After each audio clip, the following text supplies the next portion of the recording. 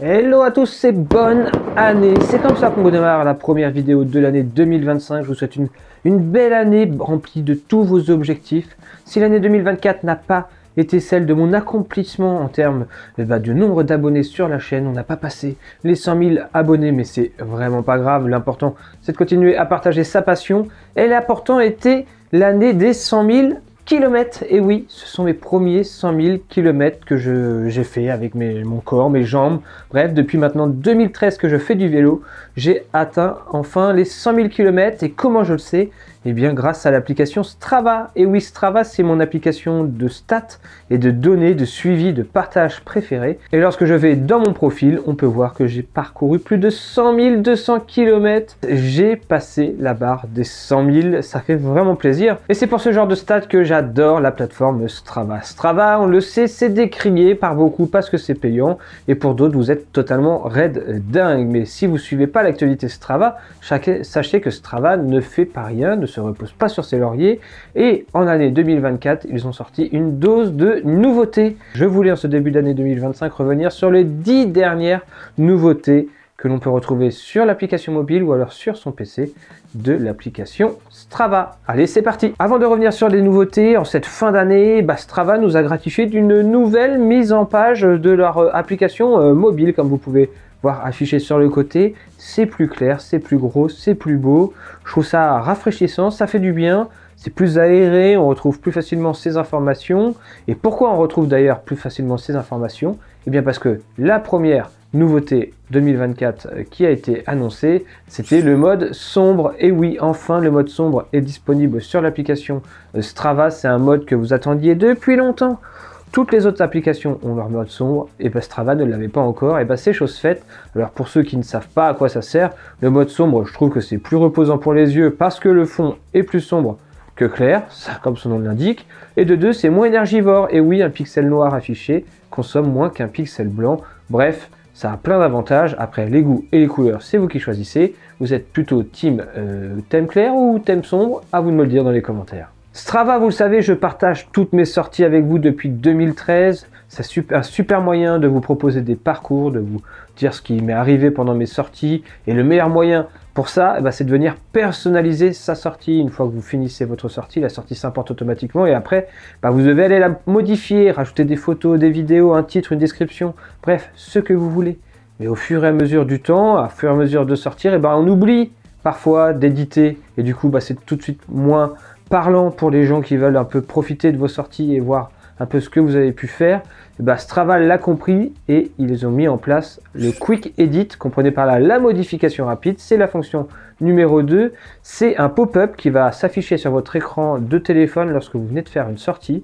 Et au lieu d'oublier d'aller la personnaliser, ça va vous inviter à le faire. Ainsi, grâce à ce pop-up, vous pourrez changer le titre, la description, rajouter des photos, vidéos, masquer quelques données, bref, faire ce qu'il y a de plus important pour rendre votre sortie intéressante à partager. Vous pourrez toujours, en cliquant sur modification avancée, revenir sur l'ancien menu pour compléter encore plus. Mais ce petit pop-up, il est vachement intéressant parce que si vous n'avez pas ouvert votre appli Strava depuis 2-3 sorties, les 3 sorties vont apparaître l'une après l'autre et bim, vous n'oublierez plus jamais de modifier une sortie et vous n'aurez plus ces fameuses sorties sur votre mur d'actualité qui se nomment sortie en vélo le matin, sortie en vélo l'après-midi, sortie en vélo en soirée, etc. etc. C'est plutôt bien pensé. Troisième fonction, les segments. Non, vous allez me dire, Cédric, les segments, ça existe depuis longtemps. Et oui, je me rappelle l'époque où j'ai commencé le vélo en 2013, il n'y avait quasiment aucun segment autour de moi. C'était le bonheur. Il suffisait juste d'aller rouler, créer le segment et on avait le com assuré tellement on était peu d'utilisateurs. Aujourd'hui, on est des millions et des millions sur la plateforme, donc tout autant de segments, il y en a de partout. D'ailleurs, au passage, en 2024, Strava a fait un peu de ménage et a éliminé 33% des segments. Donc les doublons, les segments trop courts qui ne servaient à rien parce qu'en fait, c'était tellement court que c'était pas fiable le créneau et le timing. Bref, mais ils ont surtout fait apparaître des segments vérifiés, genre des segments officiels. Je prends l'exemple concret de l'Alpe d'Huez par exemple. Si vous montez l'Alpe d'Huez, vous allez avoir 60 segments. Il y en a un par centaines de mètres de l'Alpe d'Huez, vous voyez. Au cas où quelqu'un s'est amusé à un peu plus appuyer sur les pédales pendant 100 mètres, et boum, il avait son com. Bref, c'était un peu le bazar, on avait du mal à trouver le vrai com avec les vraies caractéristiques de montée et avec les vrais temps officiels vérifiés de la plateforme, et bien Strava l'a compris et ils ont donc sorti les segments vérifiés. Donc petit à petit, on va pouvoir voir apparaître dans les endroits les plus populaires, les endroits les plus mythiques, les endroits les plus intéressants, des segments vérifiés. Et là, je peux vous dire que si vous avez le com du segment Alpe d'Huez officiel Strava, là, c'est la classe. On va quitter un petit peu l'application mobile parce que jusqu'à maintenant, c'était sur ça et on va passer à l'application PC. Et sur PC, pourquoi aller sur Strava sur PC? Pour planifier ses itinéraires. Et oui, le planificateur d'itinéraires fait partie de l'abonnement Strava payant et il était plutôt intéressant, mais si vous l'avez utilisé comme moi, vous avez déjà été confronté au fait que vous partiez avec votre vélo de route préféré et on se retrouvait rapidement dans des chemins, car Strava ne faisait pas la différence de planification entre les chemins et les routes. Enfin, je m'explique. Quand on venait planifier sa route, on aime bien se calquer sur la heatmap. La heatmap, c'est l'ensemble des activités de tous les utilisateurs qui ont bien voulu partager leur activité, qui est posée sur un calque en superposition du calque de fond. Et si un vélo est passé par là, on se disait on va pouvoir y passer aussi. Oui, mais voilà, jusqu'à maintenant, cette heatmap, elle était globale, donc liée à toutes les activités de suivi Strava, gravel, vélo de route, course à pied, VTT. Donc si on s'appuie sur cette heatmap, on avait une chance de traverser un chemin. Et ça, Strava l'a compris. Il a donc décidé de sortir les heatmaps par sport. Vous pourrez dorénavant, en allant dans la colonne de gauche, sélectionner des options de heatmap par sport. Et donc si vous êtes en vélo de route par exemple, vous allez mettre que les vélos de route et vous aurez une heatmap de gens qui sont passés en vélo de route sur ces routes-là. Donc vous allez savoir qu'elles sont empruntables ou pas avec ce type de sport. Et autre nouveauté en termes de heatmap, on peut maintenant avoir une heatmap par période, donc par période récente. Parce que oui, les heatmaps anciennes avec des routes qui sont parfois barrées, je sais pas, parce qu'il y a eu un trou dans la route et ils ont barré la route, elle est définitivement plus utilisable par exemple, et bien la heatmap globale va avoir des tracés sur cette route, mais la heatmap quotidienne, donc avec seulement les dernières sorties, elle n'aura personne sur ces routes. Donc si on se base sur la heatmap par sport plus les routes les plus récentes utilisées, vous pourrez planifier vos futurs itinéraires de façon beaucoup plus précise. Pas mal. Strava a fait beaucoup parler par leur qualité de service, mais aussi par leur sécurité. Comprenez par là qu'il n'est pas rare de voir dans les informations générales que des gens, des célébrités, des gardes du corps de célébrités, de présidents, se sont fait un petit peu attraper grâce ou plutôt à cause du fait qu'ils utilisaient des services Strava. Et oui, Strava, ça va vous localiser, vous suivre et vous allez ensuite partager.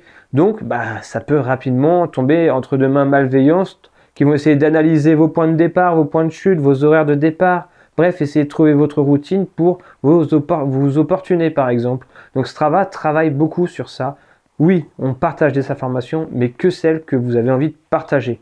Et la nouveauté, en cette année 2024, jusqu'à maintenant, vous pouvez cacher soit totalement la carte, soit faire une zone de sûreté tout autour. Et maintenant, on peut cacher l'heure de départ. Donc, si vous n'avez pas envie de montrer que tous les jours à 7 h du matin, vous partez faire du vélo, par exemple, vous pourrez le cacher. C'est plutôt intéressant, ça permet vraiment de contrôler ce que vont voir les gens et tout en conservant, vous, le maximum d'informations pour vos propres stats. Allez, Flyover amélioré. Oui, cette fonctionnalité Flyover, elle a été décriée à sa sortie. J'avais fait une vidéo et vous m'aviez dit totalement inutile. Relive fait beaucoup mieux. Il est vrai que Relive, je ne sais pas comment ça se dit, Relive, enfin comme vous le voulez, faisait beaucoup mieux en incrémentant des stats, des photos, avec un plus grand contrôle, etc. Et sachez que Strava, forcément, ils ont amélioré aussi leur outil.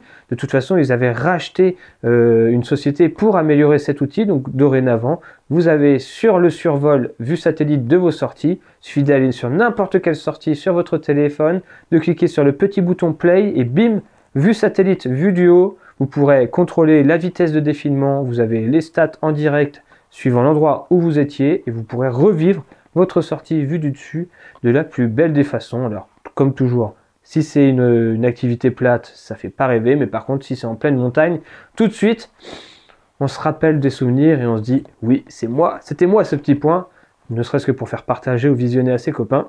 C'est plutôt pas mal. 8e fonction, l'IA. Et oui, l'IA fait son arrivée en 2024 dans Strava et non pas sous forme de planificateur d'itinéraire ou autre, non, sous forme d'athlète intelligence, d'une sorte d'entraîneur ou un analyseur, enfin je sais pas comment on peut dire ça. En gros, à chaque fois que vous allez faire une sortie, l'IA va vraiment venir scanner l'intégralité de votre sortie, que ce soit le titre que vous allez mettre, le ressenti que vous allez dire, les chiffres, les stats, des cardio, la puissance, la météo, si le vent était favorable, défavorable, bref, ça va tout prendre en compte pour vous sortir un petit résumé en seulement quelques lignes et ça va vous donner un peu le baromètre. Ça va vous dire si vous étiez mieux que les jours précédents, moins bien, si ça fait partie de vos sorties les plus rapides de jamais, un nouveau record, ou alors si la météo était significative, s'il s'est passé quelque chose de particulier. Et la chose intéressante, je trouve, dans cette analyse, c'est que ça va vous donner un petit peu à quoi a servi cette sortie. Par exemple, si vous avez fait de l'endurance ou plutôt travailler la puissance. Bref, ça va vous donner une première idée de ce que pourrait faire un entraîneur en prenant vos stats et en vous disant un peu les bienfaits, l'intérêt de votre sortie sur votre corps. Donc c'est toujours en version bêta, c'est disponible pour les abonnés Strava Premium et je suis sûr que ça va s'améliorer de mois en mois cette petite feature et que ça pourrait devenir hyper intéressante pour les gens qui, comme moi, ne sont pas spécialement intéressés par la recherche de faire mieux, mais juste la recherche de faire bien. Voilà. Nouvelle nouveauté, la progression. L'outil progression dans Strava qui était jusqu'à maintenant limité, eh bien il progresse. Et oui, les outils peuvent progresser tout comme vous. En effet, jusqu'à maintenant, on pouvait voir notre progression sur une période donnée que sur le nombre de kilomètres réalisés. Et ça, c'était plutôt gênant parce que si vous étiez du genre à souvent changer de région ou alors à enchaîner les sorties montagne et les sorties plates, une sortie montagne de 30 km par rapport à une sortie plate de 60, 70, 80 km, ça s'équivaut peut-être en termes d'effort et pourtant en nombre de kilomètres pas du tout. Donc Strava vous disait par exemple si vous enchaîniez pendant une semaine que des sorties montagne, que vous étiez en diminution, votre progression était négative, alors qu'en termes d'heures de selle, c'était peut-être pas du tout le cas.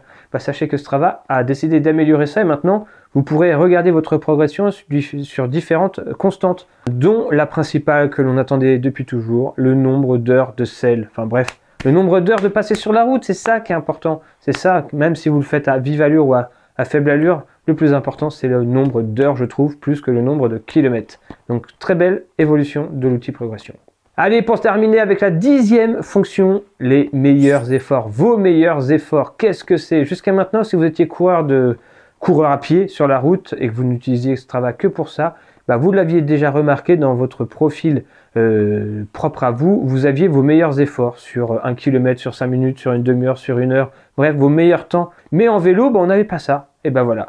Strava a pensé à vous pour que vous puissiez vous comparer à vos abonnés ou alors à vos collègues, à vos amis, à votre famille. Vous avez tout un tas de données que vous allez pouvoir comparer avec n'importe qui ou alors juste pour vous-même, savoir où vous en étiez dans vos meilleures performances par rapport à votre niveau du moment. Ce qui est cool, c'est que sur l'application mobile, vous avez les 3 meilleures performances sur chaque distance ou alors sur chaque timing.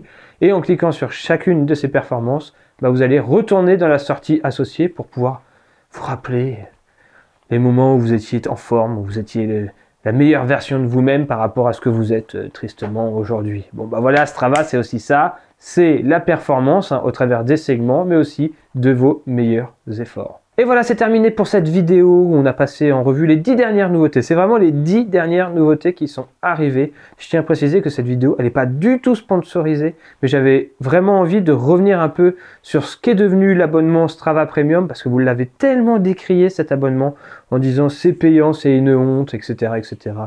Je ne comprends toujours pas, moi, le fait de dire qu'un service est payant. À partir du moment où une société apporte un service, je trouve ça logique qu'elle le facture. C'est vraiment quelque chose qui est intéressant. Il y a de la data, derrière il faut des serveurs, il faut des gens qui vont développer. Bref, ils ne se reposent pas sur leur laurier. Et je trouve ça un peu injuste et raccourci de dire que ce travail est juste là pour piquer notre argent, alors que clairement, il nous donne un vrai service. Pour tous ceux qui râlent, fabriquez vous-même votre application Strava. Prenez votre petit cahier, écrivez à la main tous vos kilomètres un par un, et puis voilà, si ça vous suffit, tant mieux. Moi en tout cas, Strava, c'est une application que j'affectionne. Oui, j'ai la chance, grâce à vous d'ailleurs, que je ne la paye plus aujourd'hui parce que je suis ambassadeur grâce à ma communauté, mais je l'ai toujours payé depuis 2013 sinon, et si aujourd'hui j'étais pas ambassadeur, je peux vous garantir que je la payerais encore. Bref, c'est la fin de cette petite première vidéo de l'année, voilà. Tranquille, au calme. On ne reviendra pas sur mon année 2024 en vélo qui a été très très très faible. Moins de 5000 km où d'habitude j'en fais 10 000. Et oui, vie de famille oblige. C'est déjà peut-être un miracle d'en avoir fait 5000, je sais pas, dites-moi tout dans les commentaires. Moi, je suis déprimé de voir ce chiffre, mais bon, on va essayer de se remotiver pour l'année 2025 et de faire remonter ce chiffre, ou du moins de le garder constant, ça serait déjà pas mal. Et on se dit à très vite pour des prochains essais. J'ai testé quelques tenues là cet hiver, dont une que je teste depuis 2 ans. 2 ans que je la teste et je vous en ai pas parlé encore. Mais on va très vite en parler. Allez, on se dit à très vite pour des prochaines vidéos. D'ici là, hop, hop, 2 vidéos que vous avez peut-être loupées. Abonnez-vous en cliquant là. Ciao, à la prochaine. Bye.